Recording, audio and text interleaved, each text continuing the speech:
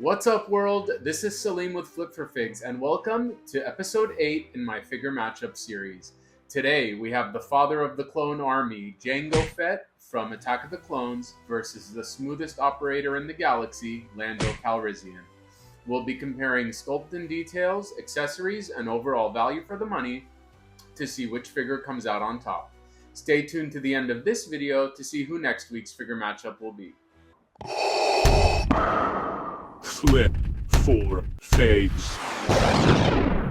When I flip, you flip, we flip.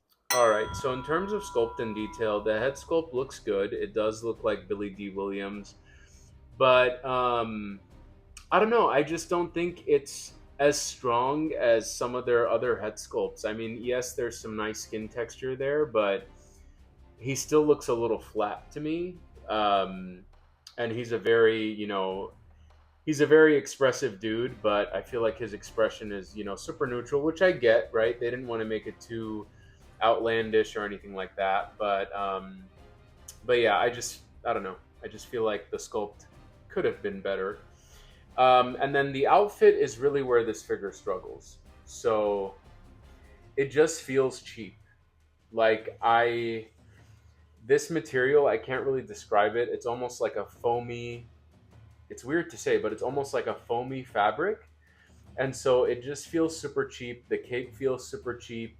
And, I have to have his arms tucked in because the way that the cape attaches is with those like straps right there, which I hate, right? Because a lot of times you get capes and they're magnetic.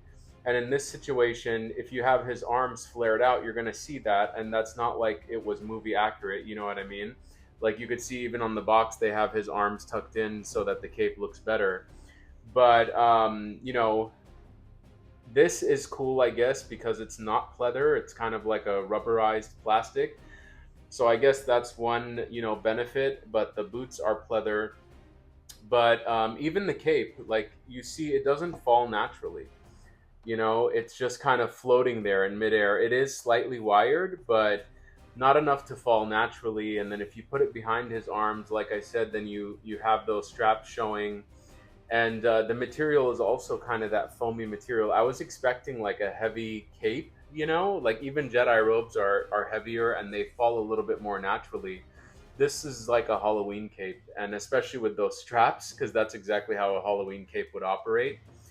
And yeah, I mean the detail on the accessories is fine, right? There's not really issues there, but my issue is with his outfit because he's a fancy guy. He's from Cloud City, and he just feels really cheap.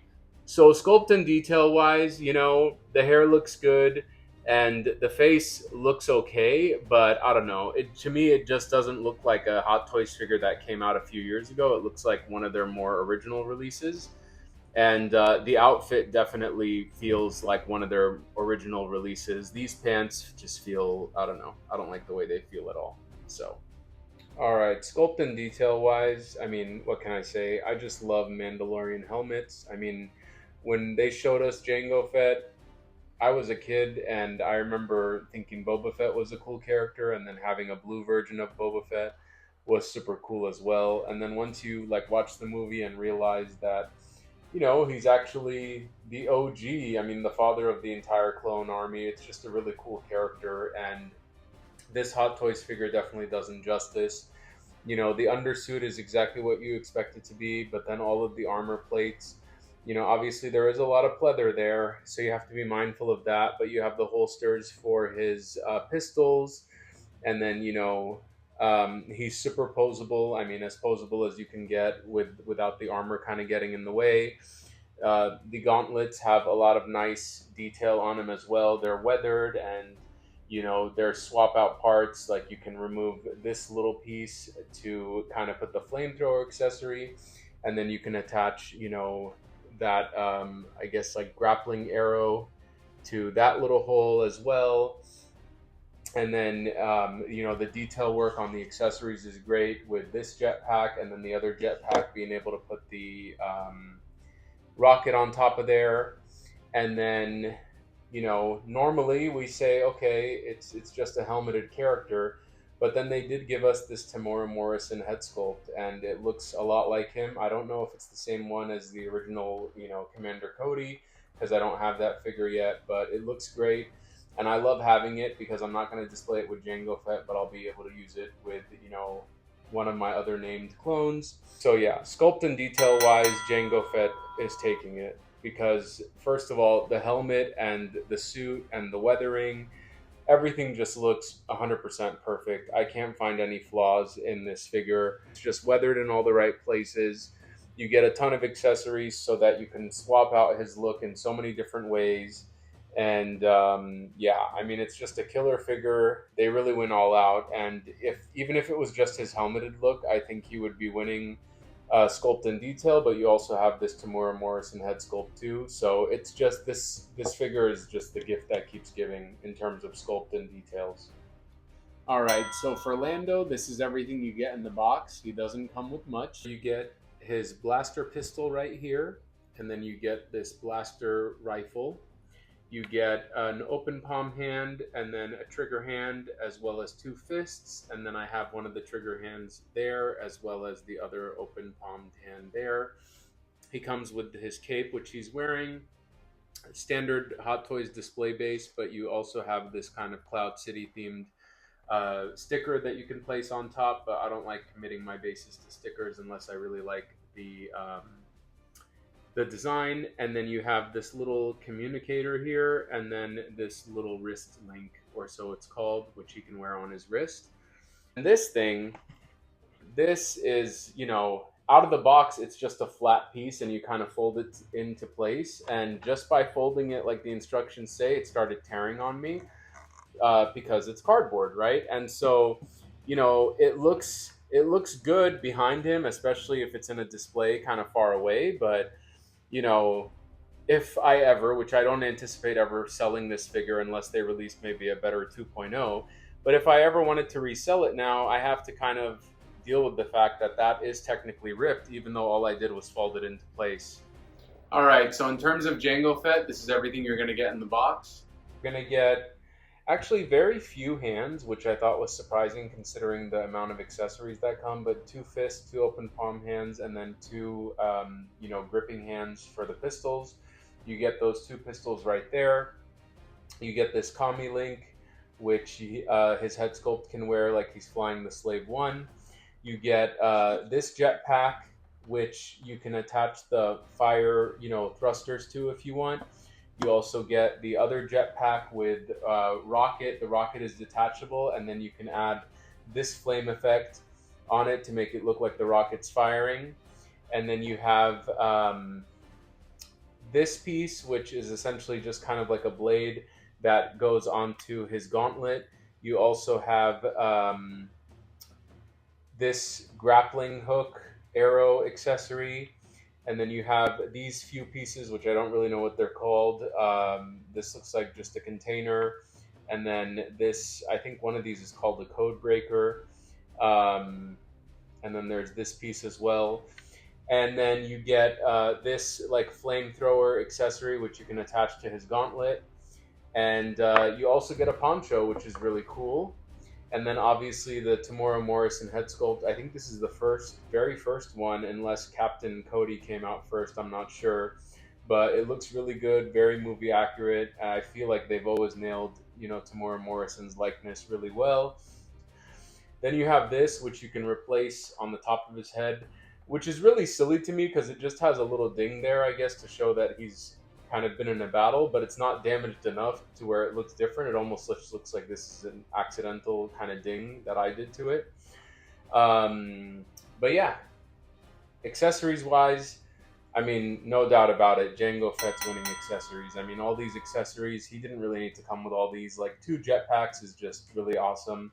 All the flame effects and everything like that is super cool. The head sculpt and the different accessories, yeah, there's no question about it. All right, so in terms of value for the money, this one's an interesting one because even though this figure retailed at the standard Hot Toys price of around $240 to $260, and even though it was part of the Empire Strikes Back 40th anniversary collection, you can actually get this figure for almost half of what it retailed for originally. I think I got mine for like 120 or 130 bucks from Pop Culture. And it's really interesting to me that this figure is so inexpensive. I don't know if a ton of people pre-ordered it and maybe they thought it would be worth money and so the market is flooded with them, or if people just weren't interested, which I find surprising because usually anything from the original trilogy does pretty well, especially from The Empire Strikes Back, which many regard as the best of the original trilogy and the best Star Wars movie. And Lando, I mean, yeah, he was a double crosser, but he had a really great arc. He came back and he helped them at the end of Return of the Jedi. He's the other pilot of the Millennium Falcon. And so I think there's a lot to like about his character in the movies. So I'm surprised that his figure is actually like essentially half off. Now, when you talk about value, if you were paying the regular full Hot Toys price for this figure, then it's not a great value by any means. I mean, the accessories are minimal. The detail, as we talked about during the sculpt and detail section, the cape feels really cheap. His whole outfit feels really cheap, which is odd because he's like a fancy dude, right? He's from Cloud City. And so, and then this backdrop is, you know, like I said, it's good from far, but it's far from good. It's kind of falling apart as soon as you fold it into place.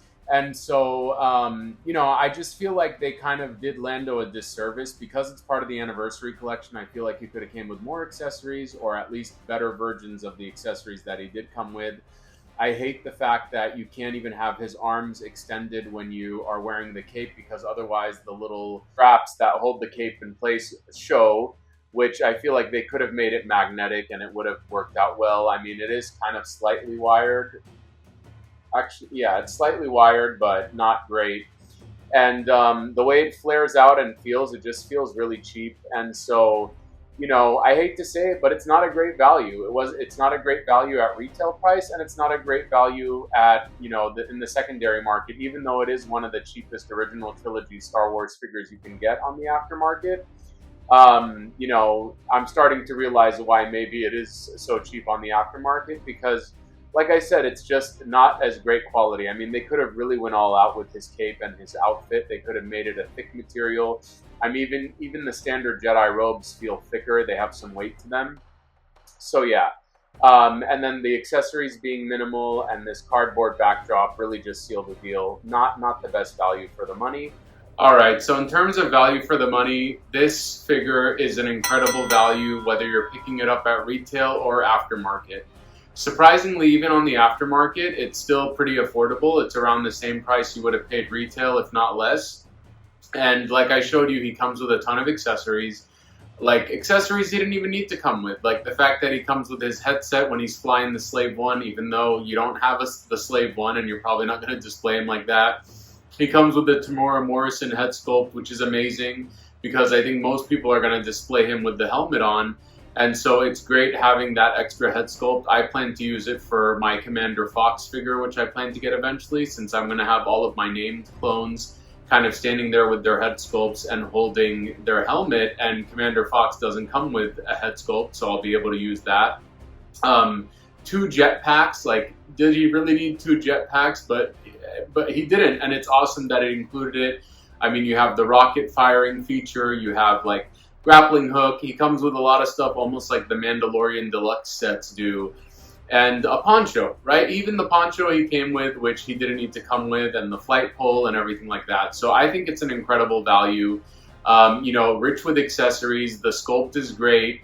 You know, maybe I'm just a sucker for Mandalorian helmets, but I think he looks awesome. The head sculpt is great. And so, yeah, I mean, there's no question about it. In this figure matchup, Jango Fett's taking value for the money. Alrighty, so let's talk results. So we have ourselves a sweep because Jango Fett took accessories as well as sculpt and detail and value for the money.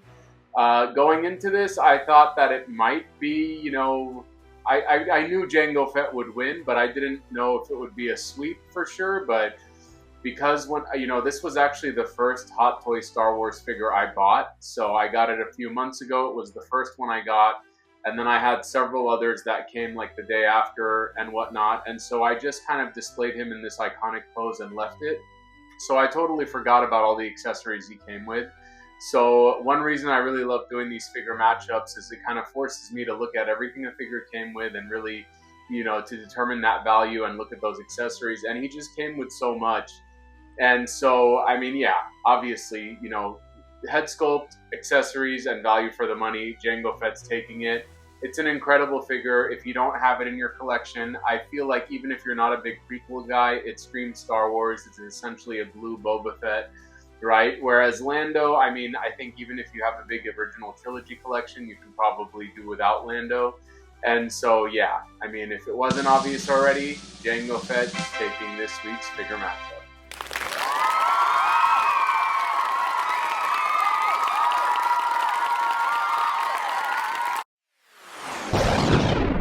On next week's episode of Figure Matchup.